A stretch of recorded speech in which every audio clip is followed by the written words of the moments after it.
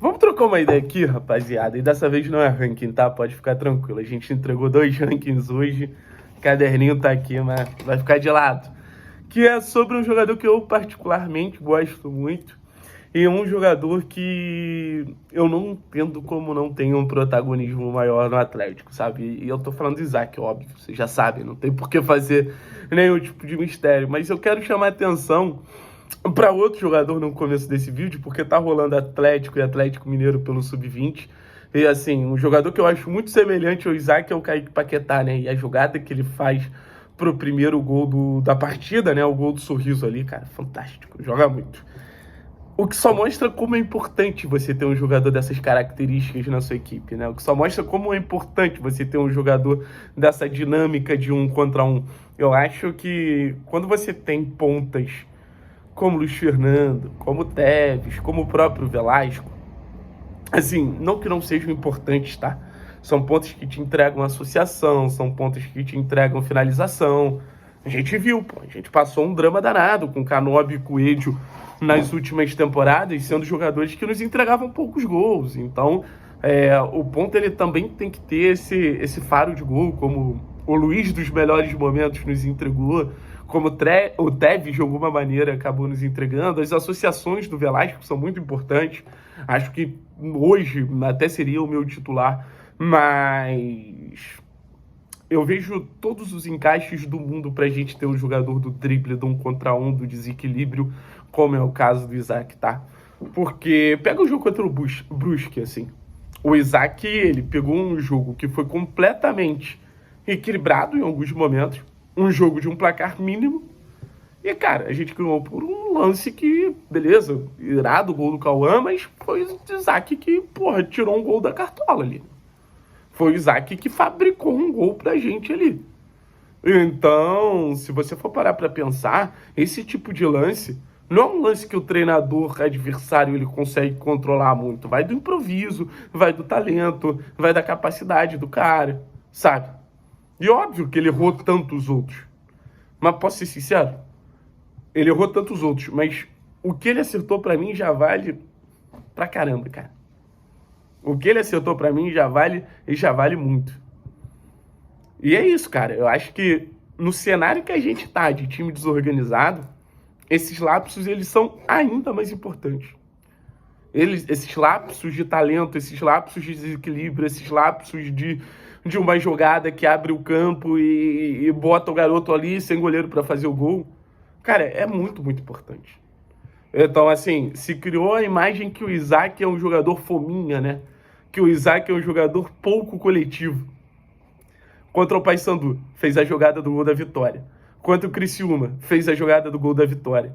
Contra o CRB, participou da construção dos 2 gols. A gente tá falando das nossas 3 vitórias na segunda divisão. Todas tiveram impacto do Isaac. Agora contra o Brusque, participa de gol. Contra o Passo Fundo, cria a jogada pro gol do Velasco. A gente tá falando de pelo menos 5 vitórias em competições nacionais que o Isaac ele participou de forma direta, que o Isaac participou da construção dos gols. E, cara, a gente sabe, nenhum foi um gol do Isaac. Então, como é que você tá falando que um jogador que contribui tanto coletivamente para resultados relevantes, pelo menos nesse momento da equipe, esse cara é extremamente individualista? Não é, cara. A realidade é essa. Não é extremamente individualista, muito pelo contrário. É um jogador que eu acho que se conseguisse trazer mais acabamento para as jogadas dele, puta, ele teria muito mais moral, mas muito mais moral. O Isaac não tem mais moral porque não fez gol, as assistências ainda não saíram, apesar dele botar vários jogadores na cara do gol. E acho que o torcedor liga muito para esses 2 lados, mas a construção do gol, a estrutura do gol, parte muito do Isaac. Mas parte muito do Isaac. Então, assim, é um cara que a partir de agora, com a casa arrumada pelo Odair, eu vejo 2 cenários muito claros de como esse Atlético pode se comportar. O primeiro cenário é óbvio, um Atlético ocupando mais o campo do adversário, um Atlético tendo mais a bola, um Atlético tendo mais controle, aí você imagina, né? O adversário bem postadinho lá atrás, o Atlético com a bola empurrando o adversário para trás. Aonde o Isaac é tão importante nesse contexto? Cara, no 1 contra 1. A gente vai ter dificuldade de furar defesas. É natural. Qualquer time hoje tem dificuldade de furar um bloco baixo. Mas a partir desse 1 contra 1, a partir desse lance desequilibrante que, pô, volto a dizer, não dá para prever, não dá para antecipar um lance desse no treino, o Isaac, em uma jogada individual, abre a defesa adversária e bota o companheiro numa condição de finalizar, ou ele mesmo finaliza e faz o gol. É muito legal você ter jogadores que associam, que se aproximam, mas, cara, nesse ataque mais posicional, se você não ter esse jogador que desburocratiza o jogo, se você não ter esse jogador que cria, a partir dele, a partir do talento dele, seu jogo fica muito engessado. Muito engessado. E assim, a gente quer um Atlético protagonista. Mas a gente quer um Atlético protagonista que tem a bola e um Atlético protagonista que entregue finalização. Não adianta ter só um Atlético protagonista com a bola pra cá, pra lá. Você tem que ser agressivo. Isaac é um jogador extremamente agressivo com a bola. Volto a dizer, erra, acerta, mas extremamente agressivo com a bola, o que eu acredito que seja o papel do ponta, tá? Só para deixar claro aqui com vocês. E outro cenário, obviamente, é um jogo de transição. Um jogo de transição, assim, é pro ponta o jogo que talvez ele seja mais utilizado porque essa válvula de escape, esse cara que corre, esse cara que ataca espaço. E acho que pro Isaac ali seria um cenário muito legal ter, pô, essa alternativa de um jogo mais direto. É uma alternativa que muda bastante as dinâmicas, mas o Isaac é um cara que tem velocidade, o Isaac é um cara que tem, volto a dizer, desequilíbrio a partir do drible.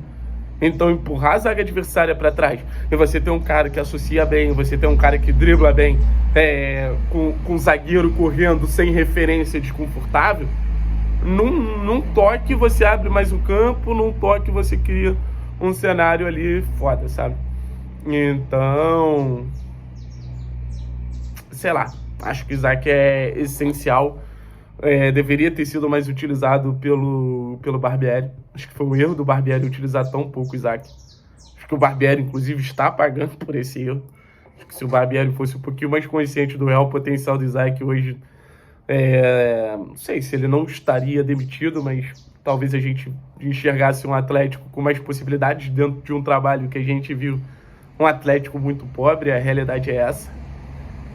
Mas eu não abriria a mão, não. Eu não abriria a mão, não. A gente sempre fala do scout, né? A gente acabou de ter, inclusive, um diretor de mercado sendo demitido, mas acho que o grande acerto foi o Isaac. Eu boto ele no leque, na casinha de jogadores especiais, com o Esquivel, com o Zapelli, com o João.